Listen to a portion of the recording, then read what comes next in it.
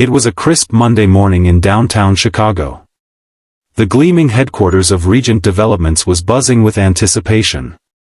Today was the long-awaited design reveal of the company's new flagship skyscraper, a project whispered about for years, expected to redefine the skyline and the future of urban living. The main atrium was filled with people in sharp suits, clipboard-toting interns, and media personnel setting up cameras. Large banners displayed words like innovation, legacy, future. At the heart of it all stood Charles Whitmore, CEO and the face of Regent Developments.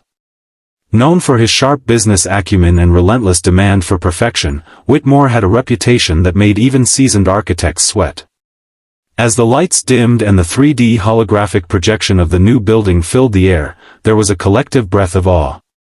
The structure was sleek, modern, and cold. Whitmore's face remained stoic as the presentation ended. Then, in a voice that cut through the silence, he said, "It's missing something." The room stiffened. He turned to his executive team, his voice growing sharper. "This building, it's technically flawless, but it's soulless.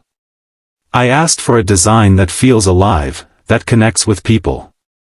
This feels like a monument to glass and steel, not humanity." There was a tense pause. Then, his gaze scanned the architects. "Bring me the real architect." Had poured countless hours into the project, exchanged nervous glances. Nobody knew what to say. Everyone had followed the blueprint. Every directive had been executed meticulously. But Whitmore wasn't asking for technical accuracy. He was searching for the spark, the human element. That's when, from the back of the room, near the janitorial carts and mop buckets, a quiet yet firm voice broke the uneasy silence. "I think, that might be me." Heads whipped around. Standing there, in a plain blue janitor's uniform, was Maria Evans. A woman in her late 50s, with silver-streaked hair pulled into a bun and eyes that radiated quiet strength. Her hands were calloused from years of manual labor, still gripping a mop. The room froze in disbelief. Was this some kind of joke? But Maria's expression was calm. Determined. Whitmore raised an eyebrow, intrigued.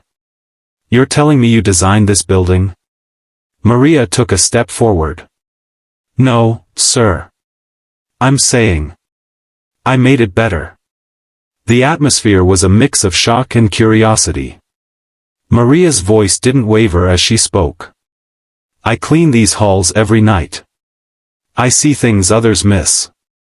The design, it's beautiful, but it forgets the people who'll live, work, and care for it. There are blind spots where security cameras won't reach. The floors are specified with materials that'll stain within months. The ventilation in the lower levels will trap humidity, creating mold problems." She paused, scanning the room. "I made sketches, improvements. Small changes that'd make a big difference. I left them near the drafting tables. I didn't sign them. It wasn't my place." An awkward cough came from the design team. One of the junior architects, red-faced, admitted, We found those sketches. We thought they were from a senior designer, so we implemented some changes quietly." You could almost hear the weight of realization drop. Whitmore leaned in, intrigued. "Show me." Maria, still holding her mop, pulled a folded, slightly stained notebook from her back pocket. Inside were intricate, hand-drawn designs, detailed annotations, airflow patterns, even sunlight mapping with annotations like, "Receptionist glare issue at 3 p.m. It wasn't just architecture, it was empathy on paper. After the impromptu presentation, Whitmore called Maria into his office. This time, no executives, no cameras, just a conversation. He asked the question that had been on everyone's mind. How does a janitor know more about architecture than my lead designers? Maria smiled, not out of arrogance, but from years of humility. 30 years ago, I was an architecture student. Top of my class. But life has a way of redirecting you. My father fell ill. Medical bills stacked up. I had to drop out and work. I took janitorial jobs because they paid quickly. Architecture internships didn't pay at all. She paused, the weight of lost dreams in her eyes, but no trace of bitterness. But I never stopped sketching. I never stopped noticing. Every building I cleaned, I studied. I learned where the blueprints fell short because I was the one cleaning up the aftermath. Whitmore sat back, visibly moved. But there was something even deeper. Unbeknownst to the executives, Maria had been the quiet guardian angel of Regent Developments for years.